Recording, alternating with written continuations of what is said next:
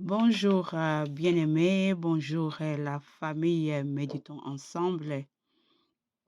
Bonjour, moi c'est votre sœur Jeanne Nzundu Waiwai. Je suis l'épouse du pasteur Waiwai Paul. Nous sommes pasteurs à l'église baptiste de Bruxelles et Tabernacle ici à Bruxelles. Nous travaillons déjà depuis plusieurs années. Nous sommes des anciens ligueurs et voilà, le Seigneur a permis que notre bien-aimé, le frère Ertis, puisse nous pointer pour pouvoir partager ou être facilitatrice de la méditation de ces jours. Alors, je remercie vraiment le frère Ertis et son équipe de pouvoir nous avoir fait confiance. Je remercie aussi mon jeune frère, le pasteur Guy Patrick Nzundu, qui m'a mis en contact avec cette plateforme. En tout cas, je suis bénie, même si je ne participe pas beaucoup, mais je consomme et j'en suis vraiment reconnaissante au Seigneur. Alors, la charge qui nous a été donnée, c'est de pouvoir partager la méditation du livre des Cantiques, le chapitre 2, versets 16 à 17 et le chapitre 3 de 1 à 11. Avec comme question numéro 3, y a-t-il un exemple à suivre ou à ne pas suivre? Et la question numéro 7, quelle vérité Dieu me révèle-t-il? Tendre Père, je viens à toi. Merci pour cette opportunité que tu me donnes de pouvoir partager ta parole au sein de ces groupes avec mes bien-aimés. Saint-Esprit, je viens à toi, toi qui es l'enseignant par excellence. Viens faire ton travail, viens parler à travers nous, viens nous édifier, ô Père. Merci de pouvoir toucher le cœur de plus d'une personne à travers cette méditation au nom de Jésus. Amen. La lecture de, de notre méditation, comme je l'ai annoncé au chapitre 2 des Cantiques, verset 16, nous dit ceci: Mon bien-aimé est à moi et moi je suis à lui. Il conduit son troupeau parmi les lys. Avant que la brise du jour ne souffle et que les ombres ne fuient, tourne-toi, montre-toi pareil, mon bien-aimé, à la gazelle ou aux jeunes sœurs sur les montagnes rocailleuses. Sur mon lit pendant les nuits, j'ai cherché celui que mon cœur aime. Je l'ai cherché, mais je ne l'ai pas trouvé. Je veux me lever pour faire le tour de la ville, dans les rues et sur les places. Je vais chercher celui que mon cœur aime. Je l'ai cherché, mais je ne l'ai pas trouvé. Ce sont les gardes qui font la ronde dans la ville qui m'ont trouvé. Avez-vous vu celui que mon cœur aime? À peine les avais-je dépassés que j'ai trouvé celui que mon cœur aime. Je l'ai attrapé et je ne l'ai pas lâché jusqu'à ce que je l'ai amené dans la maison de ma mère, dans la chambre de celle qui m'a donné naissance. Les jeunes hommes, je vous en supplie, filles de Jérusalem, par les gazelles et les biches des champs, ne réveillez pas l'amour avant qu'elle ne l'éveille, les filles de Jérusalem. Qui donc montent du désert comme des colonnes de fumée au milieu des vapeurs de myrrhe et d'encens et de tous les aromates des marchands. Voici la litière de Salomon et autour d'elle 60 hommes vaillants parmi les plus vaillants d'Israël. Tous sont armés de l'épée, tous sont formés au combat, chacun porte l'épée à sa hanche en vue des alertes nocturnes. Le roi Salomon s'est fait une litière en bois du Liban. Il a fait ses colonnes en argent, son dossier en or, son siège en pourpre. L'intérieur est tout brodé, travail fait avec amour par les filles de Jérusalem. Sortez, filles de Sion, regardez le roi Salomon avec sa couronne, celle dont sa mère l'a couronné le jour de son mariage, le jour où son cœur est rempli de joie. Amen.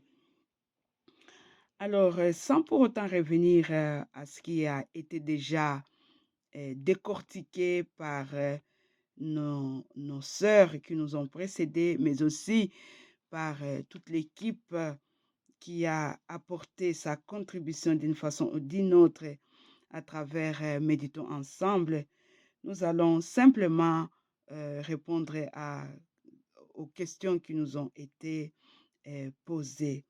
Nous n'allons pas oublier qu'il est question d'un dialogue entre une jeune fille juive de la campagne, Sulamite, comme on dit, et son bien-aimé, roi Salomon. Au départ, le roi ne se présente pas comme roi, il est un berger.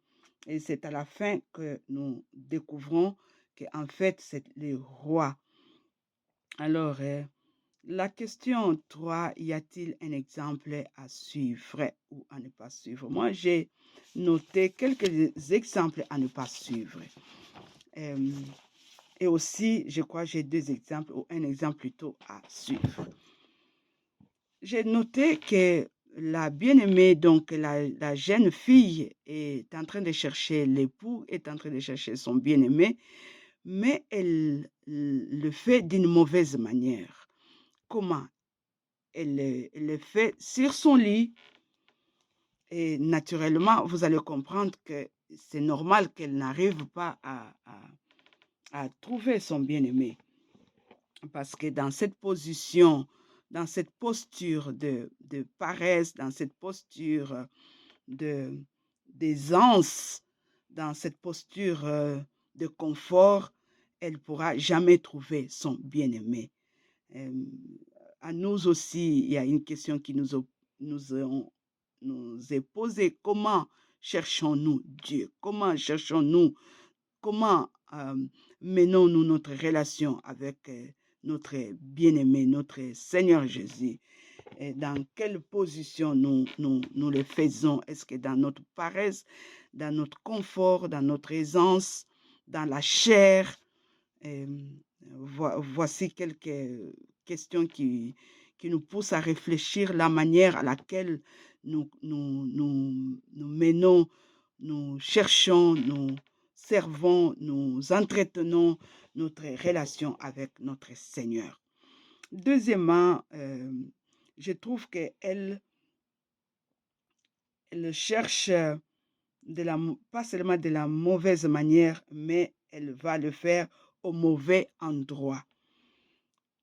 Elle va dans les villes, elle va tout au long des routes. En tout cas, de cette façon, elle ne trouve pas. C'est comme ça, c'est normal qu'elle n'ait pas trouvé son bien-aimé parce qu'elle n'est pas allée au bon endroit. Elle va chercher ailleurs et là, elle ne trouvera pas. J'appelle le ville, j'appelle les routes, j'appelle tous ces endroits, j'appelle ça le monde. C'est pas dans le monde que nous allons trouver notre bonheur, notre amour, notre bien-aimé. Ce n'est pas dans le monde en tout cas. Et troisièmement, même si elle décide de se lever et de partir pour aller le chercher ailleurs, et elle va s'adresser aux mauvaises personnes, les gardes, les gens qui veillent la nuit. Ce n'est pas étonnant qu'elle n'ait pas trouvé. Mais heureusement pour elle, tout de suite après, elle va retrouver son bien-aimé, elle va trouver son amour. Et l'exemple que je trouve à suivre, c'est dès qu'elle trouve son amour, elle ne lâche plus. Elle va s'accrocher. Elle va l'amener dans la maison de sa mère. Ça, c'est vraiment un exemple à suivre. Alors, pour revenir à nous, quand nous avons trouvé l'amour de notre vie, nous avons trouvé le Seigneur, comme a développé mes bien-aimés qui sont passés avant moi. Comment nous faisons, comment nous maintenons la flamme de l'amour que nous avons envers notre Seigneur. Est-ce que nous travaillons de la manière à maintenir la flamme, à ne plus le perdre, ou bien nous négligeons, nous faisons les choses comme avec légèreté pour pouvoir le perdre de nouveau. La même chose si nous allons regarder en ce qui concerne nos relations pour ceux-là qui sont mariés, comment nous poursuivrons, comment nous entretenons nos relations avec nos époux, avec nos épouses. En tout cas, pour notre jeune que nous sommes en train d'étudier ici depuis le début, nous voyons que dès qu'elle a retrouvé son amour, elle n'a pas lâché, elle n'a pas abandonné, elle s'est accrochée. Alors, j'aimerais passer directement aussi à la question, quelle vérité Dieu me révèle-t-il? J'ai trouvé deux vérités. La première, c'est que quand nous regardons au chapitre 2, le verset 17, qui dit ceci, plutôt le verset 16, « Mon bien-aimé est à moi et moi je suis à lui. » Waouh, quelle affirmation, quelle déclaration. 1 Jean chapitre 4 verset 19 nous dit, « Mais nous aimons parce que Dieu nous a aimés les premiers. » Dieu nous a aimés les premiers, bien-aimés frères et sœurs, de méditons ensemble. Nous devons comprendre cela, qu'il nous a aimés les premiers. Et en réponse à son amour, nous n'avons qu'à affirmer avec conviction que nous appartenons à lui. Il est à nous. Dieu nous aime. Je voudrais que cette réalité puisse retentir dans nos cœurs. Dieu, tout ce qu'il veut, c'est de poursuivre une relation d'amour avec nous. Il nous aime en tant que personne.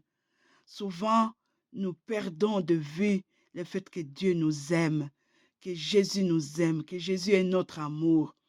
Il nous aime tel que nous sommes. Il nous aime en tant que personne. Il cherche à développer une relation d'amour. Comme je l'ai dit déjà, je ne vais plus me répéter. En fait, ce que nous faisons, parfois nous faisons des bonnes choses. Nous nous occupons de l'œuvre de Dieu. Nous pensons que c'est de cette façon-là que Dieu va nous aimer. C'est vrai que Dieu apprécie ce que nous faisons pour lui. C'est vrai que Dieu apprécie que nous évangélisons. Dieu apprécie que nous prenions le temps de faire son œuvre. Mais par-dessus tout, Dieu recherche notre cœur. Dieu nous cherche, nous. Dieu nous aime d'abord, nous, en tant que tels.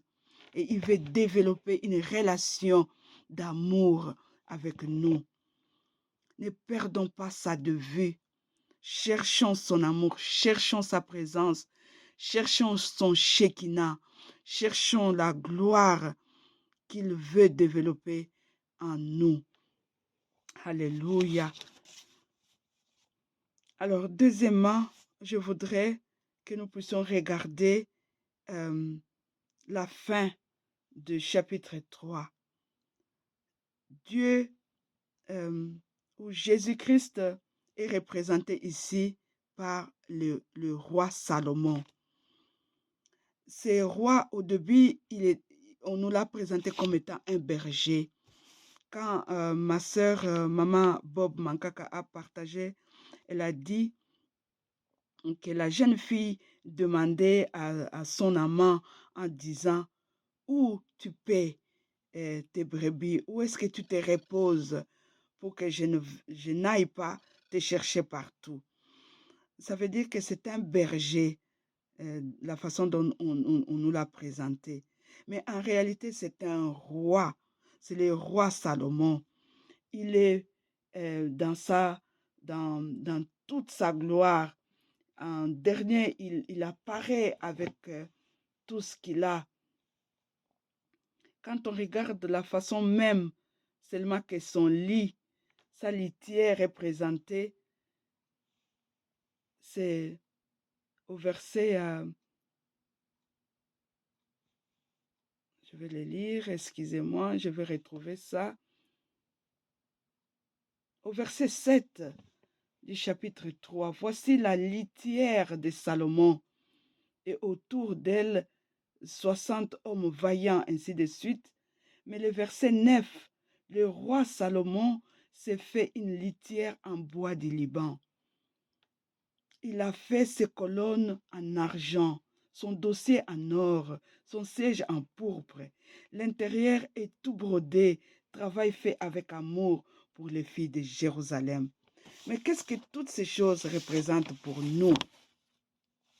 Déjà, quand on parle de bois du Liban, dans d'autres versions, on parle des cèdres qui sont incorruptibles et parfumés. Cela parle de sa parfaite humanité, l'humanité de Jésus-Christ le Seigneur. Jésus est parfaitement homme et il est aussi parfaitement Dieu. Et deuxièmement, on parle de colonne d'argent. Ceci parle de sa puissance de la rédemption. Et troisièmement, je vois l'or qui représente sa justice divine. Et la pourpre est sa royauté. Et à la fin, on dit que tout cela est pavé d'amour. L'amour de Jésus, l'amour que Jésus a manifesté pour nous. En tout cas, bien-aimés, surtout pour nous en tant que femmes. Jésus a manifesté son amour envers nous, là où nous n'avions même pas le droit de la citer. Nous étions sans cité, nous étions rejetés. La Bible dépeint le tableau de la femme dans la société juive comme nul. On ne pouvait même pas nous approcher au lieu saint. On était, je me demande même si, quand vous regardez la construction du tabernacle, où est-ce que où était la place de la femme? Mais Jésus-Christ est venu comme le roi Salomon. Il a déchiré ce qui nous séparait. Il a fait de nous des héritières et nous pouvons bénéficier justement le droit de la cité. Nous pouvons bénéficier de tous les privilèges des enfants de Dieu. Et le verset 11 dit, sortez, filles de Sion, regardez le roi Salomon avec sa couronne, celle dont sa mère l'a couronné le jour de son mariage, le jour où son cœur est rempli de joie. Et vous savez, bien-aimés, que nous sommes appelés à rencontrer le Seigneur qui viendra nous chercher dans sa gloire et nous allons partager son éternité. Oh, qu'est-ce que je suis excitée, bien-aimés, à pouvoir vivre cette joie de l'épouse, cette joie de l'Église qui est l'épouse du Seigneur. Je voudrais m'arrêter et laisser l'occasion à tous nos bien-aimés qui auront aussi à apporter leur contribution à cette parole, Cantique des Cantiques, qui semble être au départ quelque chose de sèche, qui ne montre pas vraiment les richesses. Et pourtant, il y a tellement de richesses à développer. Et en passant, j'aimerais aussi encourager non seulement l'aspect spirituel, mais aussi dans nos relations, n'est-ce pas?